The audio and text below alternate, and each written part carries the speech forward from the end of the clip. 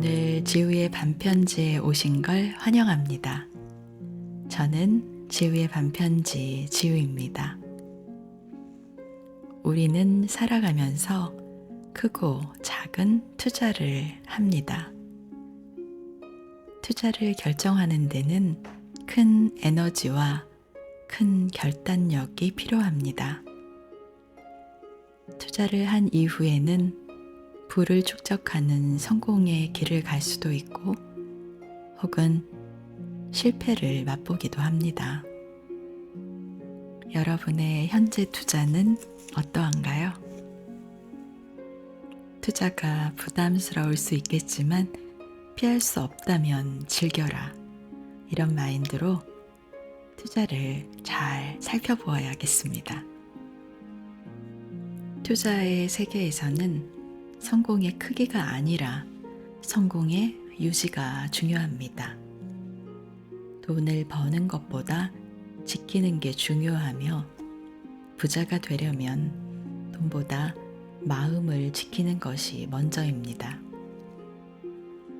온라인 강의 속의 딱딱한 이론이 아닌 소설에서 만나는 여러 인물의 투자 실패와 극복 이야기, 끝내 마주하는 기회의 순간까지 실제로 내 곁에 있을 법한 이들의 인생을 따라가며 얻은 삶의 울림과 투자의 정수. 오늘 지우의 반편지에서는 부동산 전문가인 이현철 작가가 지은 부자는 돈이 아니라 마음을 지킨다. 강철 멘탈 소개해 드릴 텐데요. 투자를 이야기하는 소설, 매우 낯설지만 흥미가 가는 책입니다. 그래서 오늘 지우의 반편지는 이 책을 여러분과 함께 읽어보도록 하겠습니다.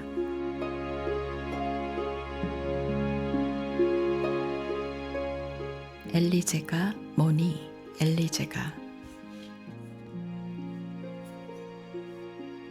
죽음과 함께 시간은 멈춘다. 끈적이며 느리게 흘러가는 시간은 산자의 몫이다. 현실은 덕후씨가 슬픔에 마냥 빠져있게 내버려 두지 않았다. 세입자 중 한 명이 내용 증명을 보내왔다. 신혼부부였고 덕후씨 앞에서 서로 손을 꼭 잡은 채 행복하게 웃던 모습이 기억에 선명하다. 세입자가 보낸 내용 증명을 처음 받아본 게 아니었지만 덕구씨는 적잖이 당황했다. 이걸 보낸 세입자는 전화로든 메시지로든 전세금 반환에 대해 덕구씨에게 일절 말이 없었기 때문이다. 언제 나갈 거니, 보증금을 언제 줄 수 있느냐는 상의 한마디 없이 다짜고짜 내용 증명부터 보낸 것이었다. 전화해보니 요즘 역전세니 전세 사기니 하도 말이 많아 내용 증명부터 보냈다고 했다. 그래도 이건 좀 아니지 않느냐. 사람 일이라는 게 다 순서가 있는 법인데 이런 경우가 어디 있느냐 물었더니 이런 말이 돌아왔다. 그러면 저희에게 돌려줄 돈 있으세요? 선뜻 대답하지 못했다. 덕구씨 수중에는 돈이 없었다. 대답을 하지 못한다는 건 결국 돈이 없다는 대답이 되었다. 현금 갖고 계신 거 없죠? 솔직히 저희 줄 돈 없는 거 맞잖아요. 설마 다른 집주인들처럼 돈 없다고 배째라고 하시는 건 아니죠? 덕구씨가 특수부대 부사관으로 어려운 훈련과 고된 시간을 버틸 수 있었던 건 자긍심 때문이었다. 대한민국에서 가장 강한 부대, 그 중에서도 가장 강한 군인이라는 자긍심이 모든 걸 버티게 했다. 하지만 사회에 나와 보니 자본주의 사회의 자존심은 돈이었다. 돈이 없는 건 내세울 자존심이 없다는 것과 같았다. 군인이었을 때는 조국을 위해 언제라도 피를 흘릴 준비가 되어 있었지만 자본주의 사회에서는 덕구 씨의 늙은 몸뚱이나 탁해진 피를 원하는 사람이 아무도 없었다. 자본주의를 살아 움직이게 하는 것은 역시 돈이었다. 피 같은 돈이라는 말이 그저 비유가 아니라는 걸 덕구 씨는 민간인이 되어 비로소 실감했다. 돈은 결국 피다. 피가 돌지 않으면 사람은 죽는다. 돈이 돌지 않으면 알량한 자존심 따위는 아무 소용이 없다. 돈이 돌지 않으면 자본주의는 성립되지 않는다. 보증금을 돌려주지 못하는 임대인들은 혈관이 막혀 피가 돌지 않는 동맥경화, 아니 돈맥경화의 주범이었다. 저희 옆동 같은 평수 최근에 얼마에 계약했는지 아세요? 거기 전세 7천 빠졌어요. 그나마 여기는 빌라니까 덜 빠진 거예요. 주변 아파트 전세 2억 빠진 거 아세요? 솔직히 저희라고 언제까지 빌라에서 살란 법 없잖아요. 그동안 잘해주신 거 아는데 이번에 좀 욕심내서 아파트로 이사하려고요. 그러니까 내용 증명에 적힌 날짜까지 돈 좀 준비해 주세요. 저도 사장님하고 얼굴 붉히긴 싫어요. 덕구 씨가 사부 동현이의 코치를 받아 있는 돈 없는 돈 끌어모아 전세 갭으로 첫 집을 매수한 게 5년 전쯤이었다. 반신반의했지만 집값은 쭉쭉 올랐다. 집값만 오른 게 아니었다. 전세 오름세도 미친 수준이었다. 불과 몇 년 전이면 집을 사고도 남았을 큰 돈이 겨우 전세 하나 얻는 게 고작일 지경이 되었다. 덕구 씨는 사부의 코칭을 받아 폭등한 전세 보증금 차액을 몽땅 쏟아부어 외곽의 아파트와 빌라를 갭을 끼고 사들였다. 가진 집을 매도한 게 아니니 손익이 확정된 건 아니었지만 집값은 연일 오르고 또 오르고 있었다. 덕구 씨는 매일 포털 사이트에 부동산 코너를 기웃대며 추이를 살폈고 화장실 변기에 앉아서 부동산 시세와 커뮤니티를 들여다보는 게 일이 되었다. 조금 더 지나자 배가 아프지 않아도 화장실 변기 칸에 틀어박혀 호가나 실거래가를 체크하곤 했다. 이제 덕구 씨가 사들인 물건이 아닌 덕구 씨가 사지 못했던 물건의 시세 흐름까지 들여다보며 하루에도 몇 번씩 기대와 설렘의 성을 쌓았다가 다시 무너뜨리곤 했다. 지금처럼 계속 해가면 부동산으로 부자가 되는 것도 불가능할 것 같지 않았다. 핸드폰을 보며 웃는 일이 많아지자 후배들은 덕구 씨에게 다시 봄날이 오는 모양이라고 수군거렸다. 누가 보더라도 시도 때도 없이 스마트폰을 붙들고 웃는 걸 보면 그렇게 보일 법도 했다. 순환구조팀 팀장마저 지나가는 말로 하준이에게 새엄마 생긴 거냐 하고 놀렸지만 덕구 씨는 마냥 즐겁기만 했다. 지금까지 덕구 씨는 본인이 천생 군인이라 생각했지만 이쯤 되니 군인보다는 투자자의 피가 흐르는 게 아닌가 싶을 정도였다. 덕구 씨가 주워 담아야 할 것은 탄피가 아니라 아파트였고 빌라였다. 이제야 천직을 찾은 건가 싶었다. 분명 그렇게 생각하던 때가 있었다. 만약 보증금 안 돌려주시면 임차권 등기 설정할 수 있다는 것 정도는 아시죠? 전세금 반환 소송 들어가서 패소하면 M1 이자까지 물어주셔야 하니까 가급적 서로 웃으면서 마무리 지었으면 좋겠어요.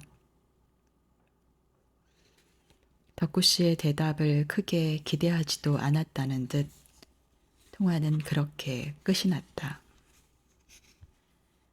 영원히 계속되리라 믿었던 환상이 깨지는 것 역시 순간이었다. 상상도 못한 적의 기습처럼 부동산 시장이 무너져가기 시작했다. 거래량은 바닥을 쳤고 집값이 뚝뚝 떨어지나 싶더니 전세가마저 흘러내리기 시작했다. 집값이 폭등하는 것 역시 결코 자연스러운 현상이 아니었지만 오르는 것은 당연했고 당연해야만 했다. 상승을 기정사실로 모든 상황을 세팅했기 때문에 하락이라는 건 꿈에도 생각지 못한 일이었다. 플랜 A는 상승이었고 플랜 B도 상승이었으며 플랜 C 역시 상승이었다. 하락은 애초에 경우의 수에 없었다. 그렇게 부동산 시장의 변화는 그야말로 적의 야비한 기습과도 같았다. 사부는 부동산 시장이 정상이 아니라고, 아파트 시장이 이상하게 돌아간다는 말만 반복했다. 집값은 전기가 들어오지 않는 산골 창가에 놓인 양초처럼 순식간에 녹아내려 어느덧 2년 전 계약했던 전세가가 다을락 말락한 지경이 되었다. 집값이 위에서 찍어 누르니 전세가는 버티지 못하고 추락했고 덕구 씨의 아파트와 빌라 세입자는 재계약 시점이 다가오자 떨어진 시세만큼 전세 보증금을 돌려줄 것을 요구했다. 그도 아니면 같은 돈으로 더 넓고 좋은 곳으로 이사 갈 수 있다며 집을 빼겠다고 연락을 해왔다. 덕구 씨에게 가장 먼저 내용 증명을 보낸 40대 임차인도 마찬가지였다. 이거 완전 순 사기꾼 아냐? 자긍심 하나로 살아온 덕구 씨에게 사기꾼이라는 말은 그 어떤 비속어보다 더 견딜 수 없는 말이었다. 초등학교 자녀를 둔 40대 세입자는 분명 지난 계약 갱신 때만 하더라도 덕구 씨가 자신들을 내쫓지 않아서 안도하고 감사하는 눈치였었다. 정부가 전세 보증금 상한폭을 못 박은 상태였기에 임대인들은 자신 또는 가족이 들어와 살 거라며 임차인더러 방을 뺄 것을 종용했다. 세입자를 내보낸 후 껑충 뛴 금액으로 새로 전세 계약을 맺으면 앉은 자리에서 수중에 몇 억씩이 떨어지는 시절이었다. 덕구 씨는 사부의 코칭을 받아 반전세로 계약을 갱신했다. 보증금은 놔둔 채 얼마라도 월세를 받기로 한 것이다. 월급 이외의 돈이 다달이 따박따박 월세로 들어오니 덕구 씨는 공돈이 생긴 것 마냥 그렇게 좋을 수가 없었다. 하지만 계약 갱신할 때만 하더라도 허리를 조아리던 임차인은 이제 덕구 씨를 사기꾼이라고 부르고 있었다. 사기꾼이라니 너무 말이 심한 거 아닙니까? 누가 돈을 안 준대요? 방금 안 준다고 했잖아요. 누가 언제 안 준다고 했습니까? 그때까지 주기 어렵다는 거잖아요. 그게 그거잖아요. 맡겨놓은 전세보증금 안 돌려주는 게 사기꾼이지 뭐가 사기꾼입니까? 안 준다는 게 아니라 당장은 못 준다니까요. 하참 진짜 답답하시네. 그러니까 내 돈을 원래 주기로 한 날에 안 준다는 소리잖아요. 내 돈 안 돌려주는 게 사기지 다른 게 사기예요? 아니 저기요. 제 말이 이해가 안 되세요? 전세 보증금이 사장님 돈이에요? 제 돈이잖아요. 근데 왜 내 돈을 못 준다고 하는데요? 나가서 지나가는 사람 붙잡고 물어봐요. 줄 돈 안 주는 게 그게 사기꾼 아니면 뭐예요? 네? 입이 있으면 말해 보시라고요. 집주인이 무슨 벼슬이에요? 덕구 씨는 말문이 막혔다. 못 주나 안 주나 세입자가 자신의 전세 보증금을 제 날짜에 받지 못한다는 건 틀림없는 사실이었다. 하지만 덕구 씨는 세입자의 보증금을 안 주는 게 아니라 못 주는 거였기에 억울한 마음이 들었다. 프로축구 선수가 꼭 있을 A매치를 위해 시범 경기에 출전하지 않는 건 뛸 수 있어도 안 뛰는 거다. 하지만 인대가 파열돼 벤치 신세라면 안 뛰는 게 아니라 못 뛰는 거다. 뛰고 싶은 마음은 굴뚝 같지만 못 뛰는 상황인 거다. 지금 덕구 씨 입장은 심각한 부상을 입어 못 뛰는 상황과 같았다. 돈을 주고 싶지만 줄 돈이 없어 못 돌려주는 상황이다. 안 주려고 잡아떼는 것도 아니고 처음부터 돌려주지 않을 의도로 계약한 것도 아니었다. 하지만 세입자의 입장은 달랐다. 프로 경기의 관중은 선수가 A매치 때문에 주전에서 빠졌든 부상을 입어 빠졌든 그라운드에서 뛰는 모습을 볼 수 없다는 결과는 같다. 특정 선수를 보기 위해 돈을 내고 표를 사서 입장한 관객은 그 선수의 결장 과정에 의미를 부여하거나 감정을 이입할 필요가 없었다.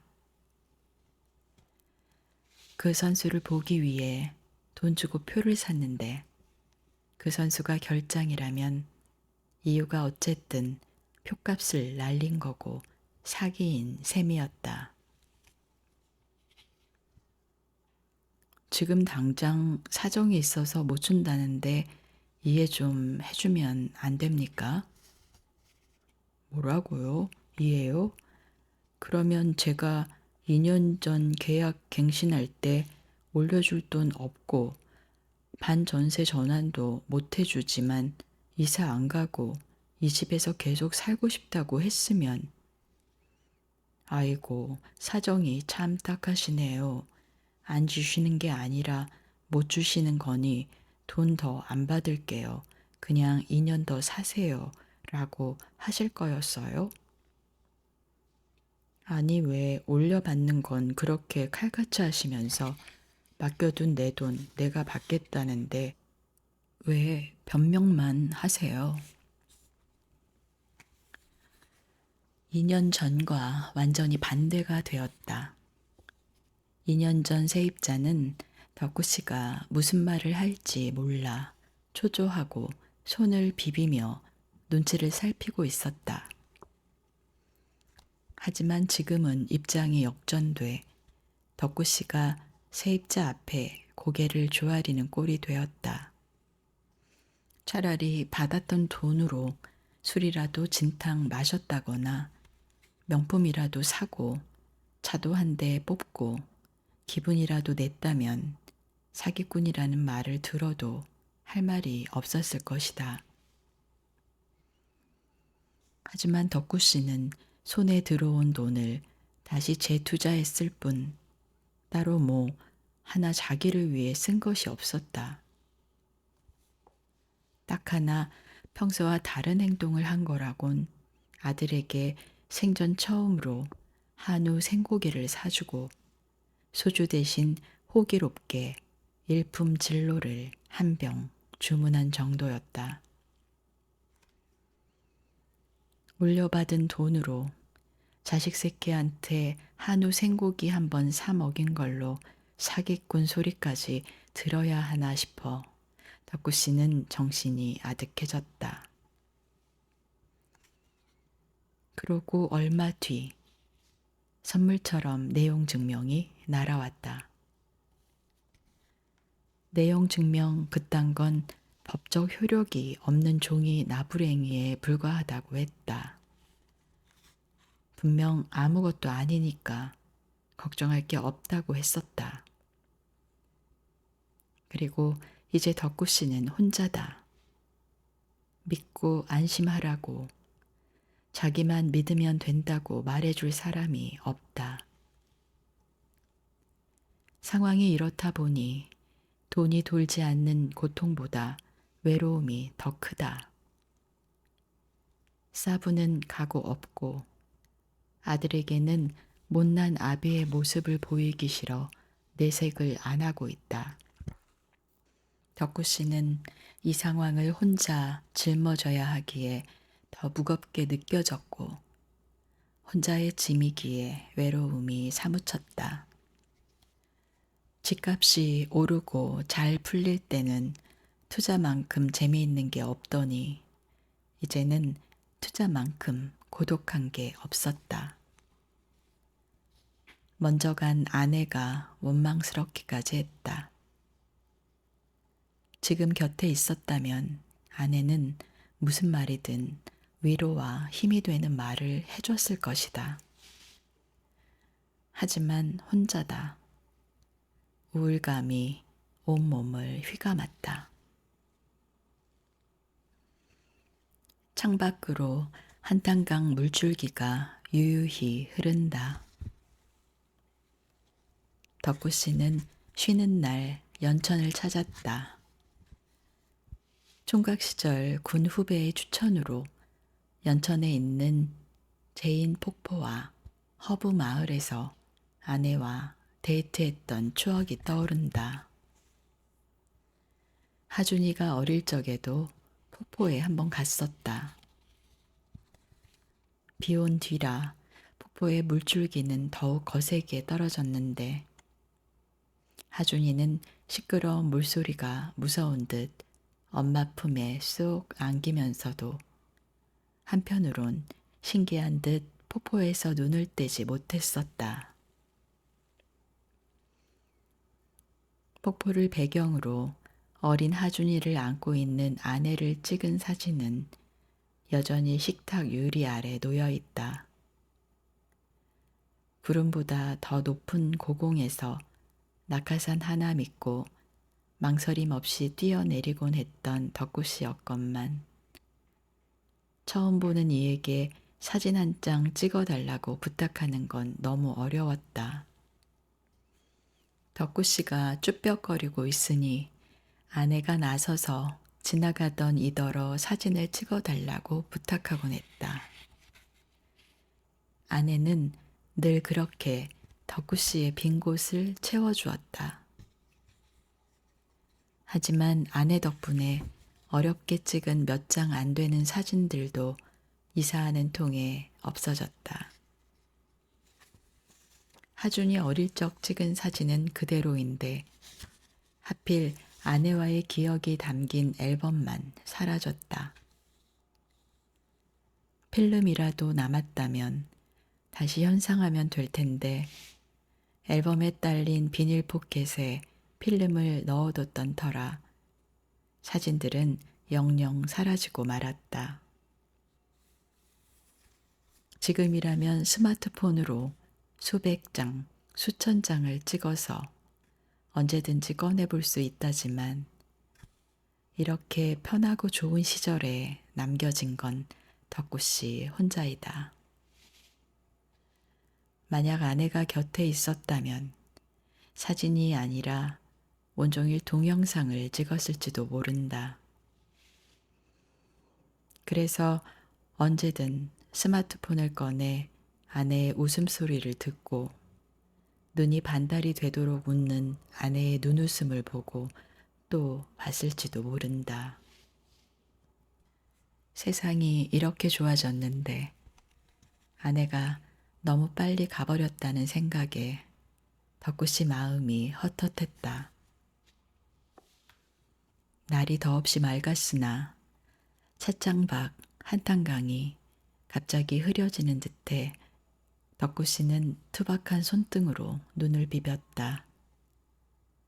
연천은 덕구씨에게 가족과의 추억뿐 아니라 사부 동현이와의 관계가 있는 곳이었다. 엘리제가 뭐니 엘리제가. 덕구씨는 헛웃음을 터뜨렸다. 단순히 집을 사고 파는 투자자들을 넘어 이제는 빌라 시공까지 주관하는 디벨로퍼라며 큰 소리를 쳤던 사부가 유작처럼 남긴 빌라에 왔다. 우중충한 콘크리트 맨살이 그대로 드러난 작은 빌라 단지다. 누가 봐도 짓담한 분위기인데 뭐가 그리 급했는지 분양 현수막이 담벼락을 따라 쭉 붙어 있다. 전 세대 최고급 빌트인 가전 무료 제공. 고급 샹들리에와 높은 층고가 돋보이는 유럽풍의 모던한 고품격 주거 공간. 다른 현수막들도 내용은 엇비슷했다. 빌트인 가전이 뭐가 들어가는지 구체적으로 짚어주는 정도의 차이랄까? 식기세척기에 시스템 에어컨, 꼭대기층은 의류 관리기까지 딸려 있다. 디벨로퍼 사부가 진행한 유럽풍의 모던한 고품격 빌라 이름은 엘리제였다. 사부 동현이는 부동산 투자에 뛰어들기 전 파주의 물류창고에서 일했다. 동현이는 키가 컸지만 마른 체형에 특별한 기술도 없었기에 허드렛 일부터 시작했는데 나중에는 짬이 되어야 몰 수 있는 전동 지게차도 몰았다고 했다. 먼지 가득한 반품 창고에서 팔레트에 적재된 물품을 칭칭 동여맨 랩을 까서 반품 수량을 체크하는 까대기를 하다 지게차를 처음 몰았던 날이 동현이에게는 무척이나 강렬했던 게 분명하다. 조작법을 배우고 첫 후진을 할 때 지게차에서 흘러나오던 음악은 베토벤의 엘리제를 위하여였고 마치 운명처럼 다가왔다고 했다. 사랑하는 이와 첫 키스를 하면 귓가에 종소리가 들린다는 우스갯소리가 있는데 동현이는 첫 키스가 아니라 지게차 첫 후진을 할 때 들려온 엘리제를 위하여가 마치 천사의 종소리 같았다고 했다. 그동안 스스로를 별 볼 일 없는 잡부, 별 볼 일 없는 인생쯤으로 생각했는데 지게차를 모는 순간 자신의 존재 가치가 한 단계 격상되는 기분이 들었다고 했다. 오죽하면 핸드폰을 여러 번 바꾸는 동안에도 벨소리만큼은 꼭 엘리제를 위하여로 할 정도였다. 유럽풍의 모던한 고품격 빌라 이름이 엘리제인 것은 아무리 생각해도 웃겼지만 다시 생각해 보니 동현이의 마음을 조금은 알 것도 같았다. 물류 일을 하는 이들도 힘들다고 혀를 내두르는 까대기나 하던 동현이가 지게차를 처음 몰았을 때 흔하디 흔한 잡부가 아니라 전문가가 된 듯한 기분이 들었을 것이다. 어쩌면 엘리제를 위하여는 동현이에게 있어 힘이 솟게 하는 주문이었을지도 모른다. 단순한 음악이 아니라 인생을 바꾸는 변곡점에 때맞춰 흐르던 배경음악이었을지도 모른다. 어쩌면 등장할 때 배경음악이 필요한 주인공이 된 기분이었을지도 모른다. 처음으로 짓는 빌라에 엘리제라는 이름을 붙인 건 다시 한번 인생의 전환점에서 퀀텀 점프를 하리라는 희망과 기대에 가득 찬 가장 멋진 장면이었을지도 모른다. 하지만 동현이는 인생을 바꾸는 도약 대신 양화대교에서 몸을 던졌다.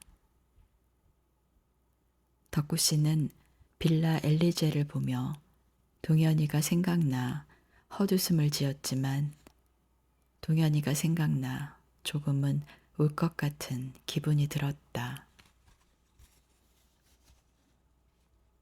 근데 여기 누가 살기는 하는 거예요?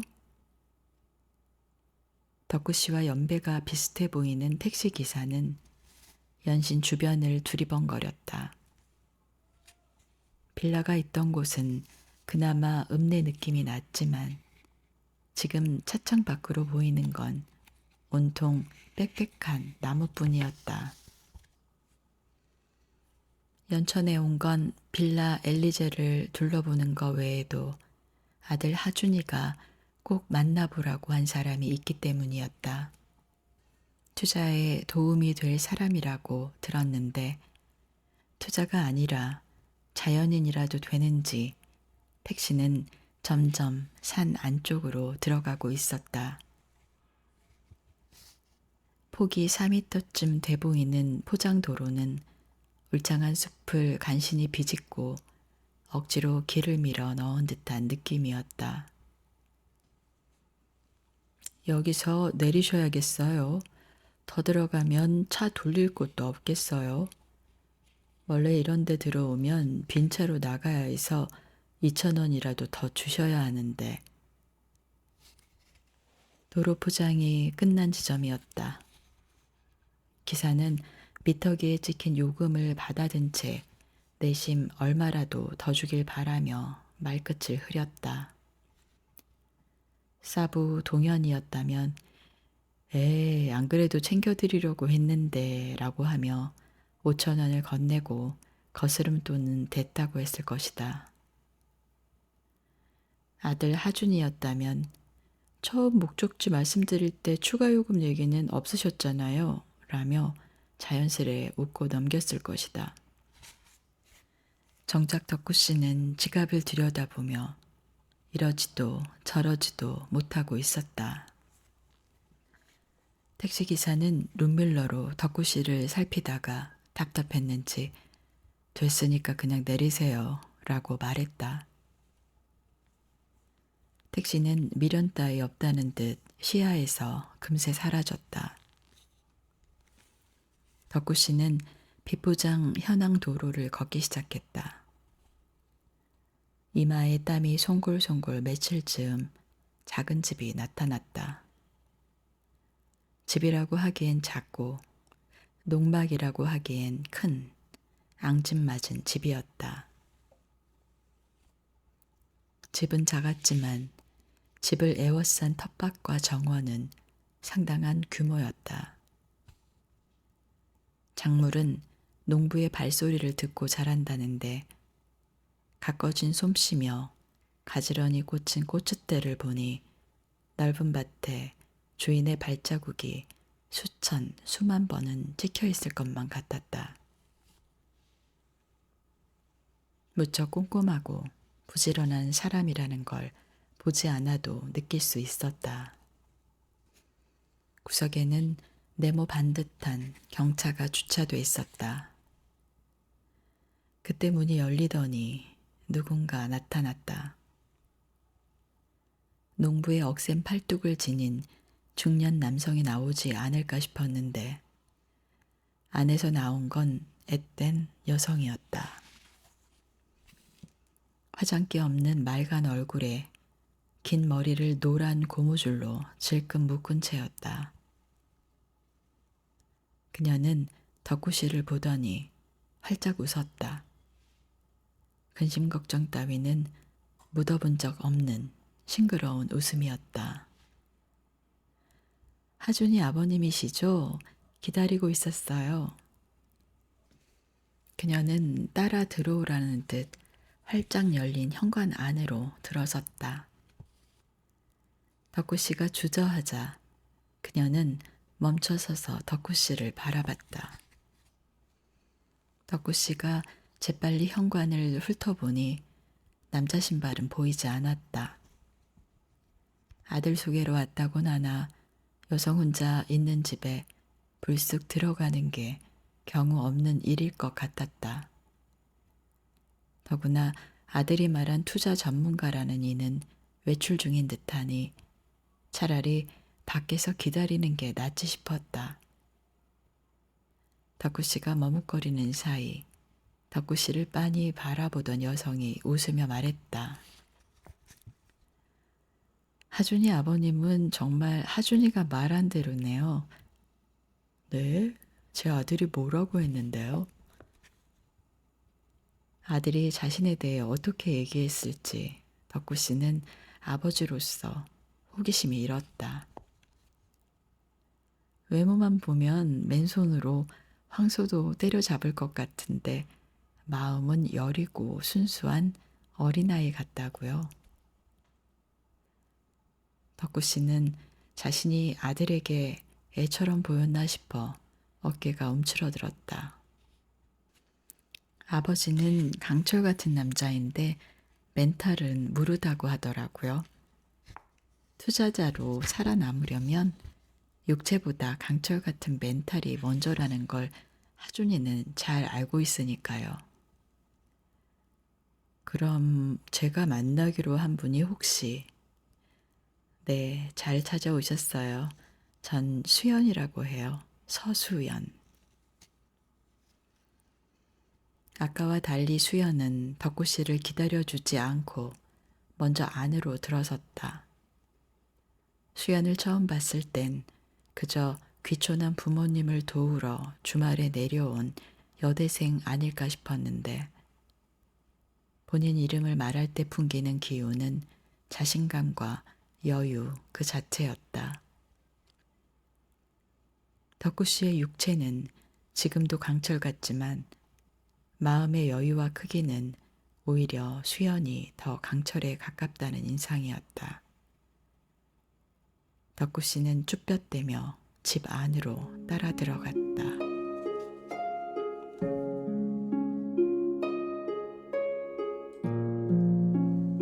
주인공인 덕구씨가 연천에 들러 사부였던 동현씨를 그리워하고 그리고 새로운 투자자인 수연씨를 만나는 이야기까지 전개되었습니다.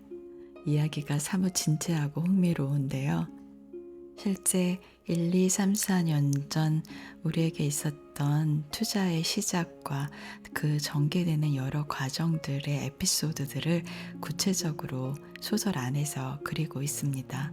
너무 구체적이어서 흥미롭기도 하지만 또 세세히 자세히 들여다보면 좋은 투자 공부를 할 수 있는 기회가 될 수 있기도 할 것 같습니다. 오늘 지우의 반편지에서는 무척 이색적인 투자 소설 처음 접하는 장르인데요. 함께 읽었습니다. 강철 맹탈, 강한 이름만큼 책 표지도 빨간색으로 강렬했는데요. 강렬한 책 뒷면에 쓰여 있는 5줄 마지막으로 읽어드리면서 오늘 지우의 반편지 문을 닫을까 합니다.